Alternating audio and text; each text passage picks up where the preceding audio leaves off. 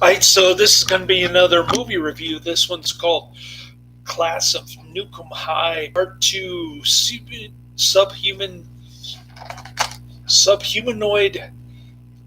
Meltdown. Sorry, that's a tongue twister. Class of Nuke High Part 2 Subhumanoid Meltdown. There, I said it.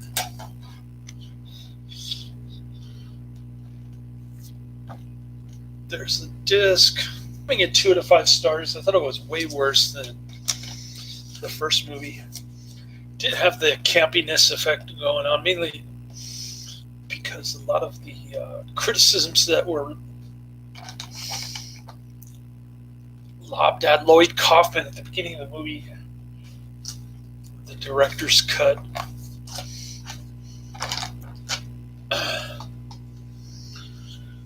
So the movie starts out with Lloyd Kaufman teaching at a film class, and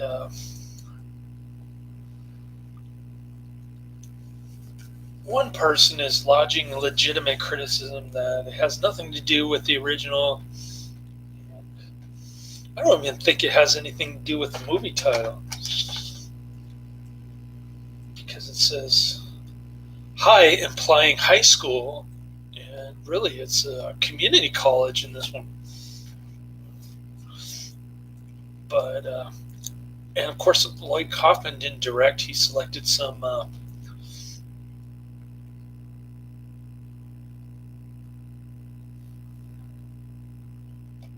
crappy Tromaville director instead. Some other crappy Tromaville director other than Lloyd Kaufman. So the nuclear power plant has built a Tromaville Tech College to atone for the sins of creating nuclear waste in the first movie. After the Lloyd Kaufman film class, we get to see clips of the first movie, which doesn't help because there's no continuity there. But anyways, the film really devolves. The only thing I liked about it, and this was different from the first one, was the kind of faster paced, almost pop punk kind of music in it. And the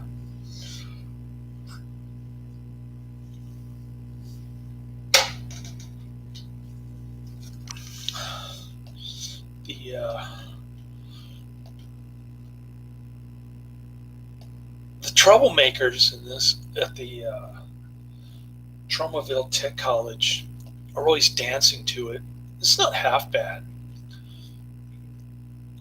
It's not great, but it's an improvement over the first film. The rest of the film is just difficult to watch. Anyways, they're conducting experiments on subhumanoids at the nuclear power plant, and they're creating these bubble-eyed, half human, half animal beings. This lady with this beehive hairdo is assisting this chubby guy with a beard and an annoying high voice to conduct these experiments. They want to create subhumans to do the menial work. And so the janitor's a subhumanoid. There's a wrestling dude. I've never heard of him before. I guess he's in quite a few Tromaville movies. And he decides to date this subhumanoid girl. And they tend to melt down after a while, and they got lips on their stomach. The special effects in this were pretty bad. Not that the first movie had good special effects, but I just thought that it was executed better, and it was unintentionally funnier. Anyways, this one was just boring, and so the squirrel eats some contaminated waste, turns into a giant squirrel, shooting projectiles and doing all kinds of nasty things, tearing up the nuclear power plant. And I don't want to spoil the ending, but let's just say Lloyd Kaufman provides the voice of the helicopter person. Not that I would be spoiling anything, since this movie is very uninteresting and very disappointing follow-up. But Adrian said he was going to try to find this in the bargain bin or something. Anyways, it's my first review of the Thanksgiving holiday weekend. I watched the bonus features last night. I only got through maybe 5 of them. And then I took a 12-hour coma nap. My son got 10 hours of sleep. And I'm almost done with the Shark Hunter. Next week, I'm supposed to get the Paradigm case in Chinatown tomorrow, hopefully, or maybe Saturday. And then next week, I'm going to get Clean Shaven, Cloak and Dagger, DOA. Cloak and Dagger is the 1946 version. DOA is the 1988 version. So that's what I got coming, and very disappointing. This is more like the Tromaville that I'm familiar with. It's about as good as Poultrygeist.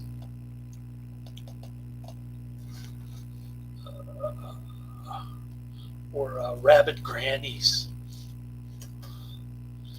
Poultrygeist, Night of the Chicken Dead, or Rabid Grannies. This is a kind of bad trauma that probably consists of most of their catalog. Occasionally you find a rare gem like the First Class of Nuke High, or Combat Shock, things like that. But for the most part, it's pretty bad. I'm sorry to say. Anyways, we had pulled pork last night. I had tacos. This morning I cooked bacon. He only ate about half of it, so I ate the other half, and then I had some pork carnitas. So we're going to eat a lot of pork today. We got pulled pork and pork carnitas today. Then tomorrow we got lasagna, spaghetti, and some turkey, potato, butter, gravy mixture stuff. That's more in line with Thanksgiving, I guess. We're going to eat it the day after, though, Black Friday. I think most of the banks are open, but I got paid early yesterday. I didn't even notice that it hit my account until I woke up from my 12-hour coma. And so I put a pretty decent amount in my Robinhood account. I was surprised that I had so much money in my checking account. And I'm going to buy some DRV tomorrow.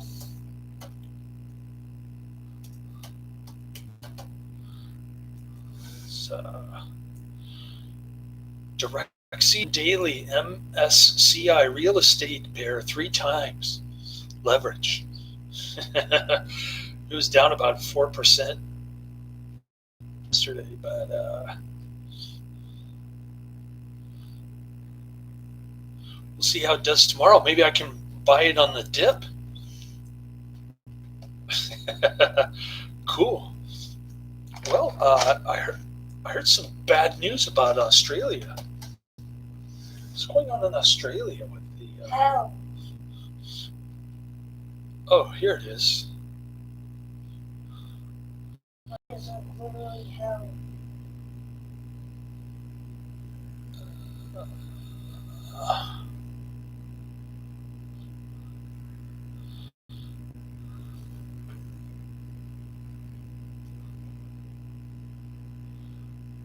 Oh, now Santa Cruz is mandating mass indoors.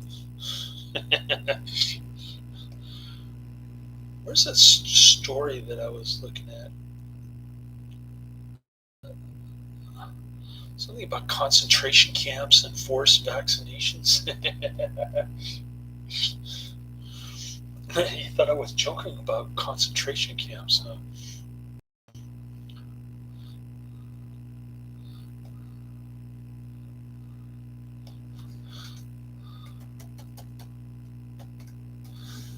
Let's see if I can pull it up and I'll read it to you.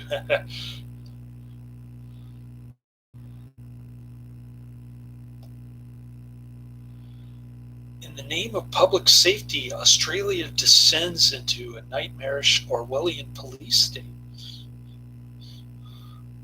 Goodbye, Premier Dan Andrews. Where did I see that?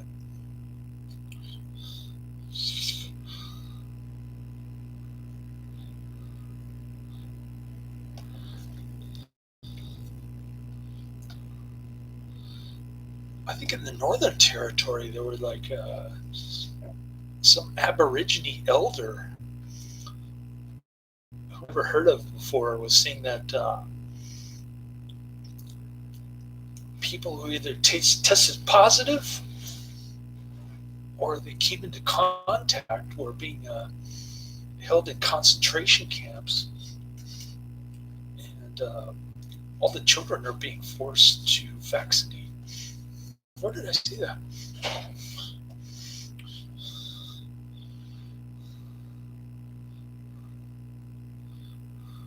Oh, here we go.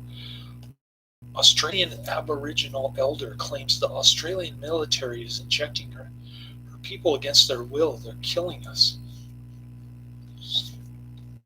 I'm reading the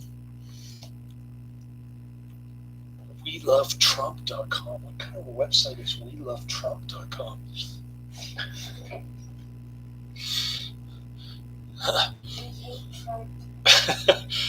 It's kind of suspicious, if you ask me. Okay, it says, I have an urgent update to report yesterday on the COVID-19 gulags in Australia. Unconfirmed reports are circulating across the internet that the Australian military is force injecting Aboriginals in northern Australia against their will. June Mills, an Aboriginal elder in northern Australia, made horrific claims of the Australian government force inoculating her people. Mills stated her brothers and sisters are petrified from the events, made a desperate plea to the world. In her call for help, Mills shouts with rage, "They're killing us," and states it's a program of elimination. States she's unable to make contact with her people in Binjari and surrounding communities. Watch her call for help. And then, what else?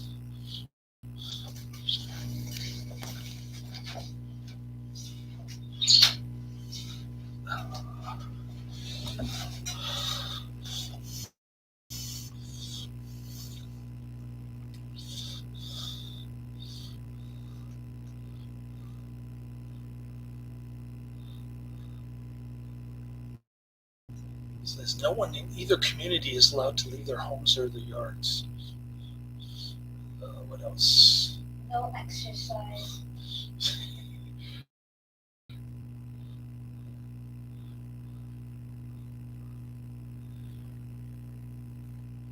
The housing is not good. Her neighbors refer to this place one with a broken fence. His house has 3 bedrooms, but he said at least 8 people were living there. Most of them sleep on the floor in the living room.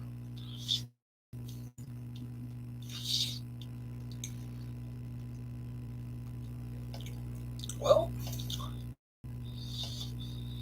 there's a little story from Australia. Anyways, that's the end of my review. Hopefully I can do 4 today. I'll try. But I'm ready for another nap. I think I have to cook lunch first, though. Laters.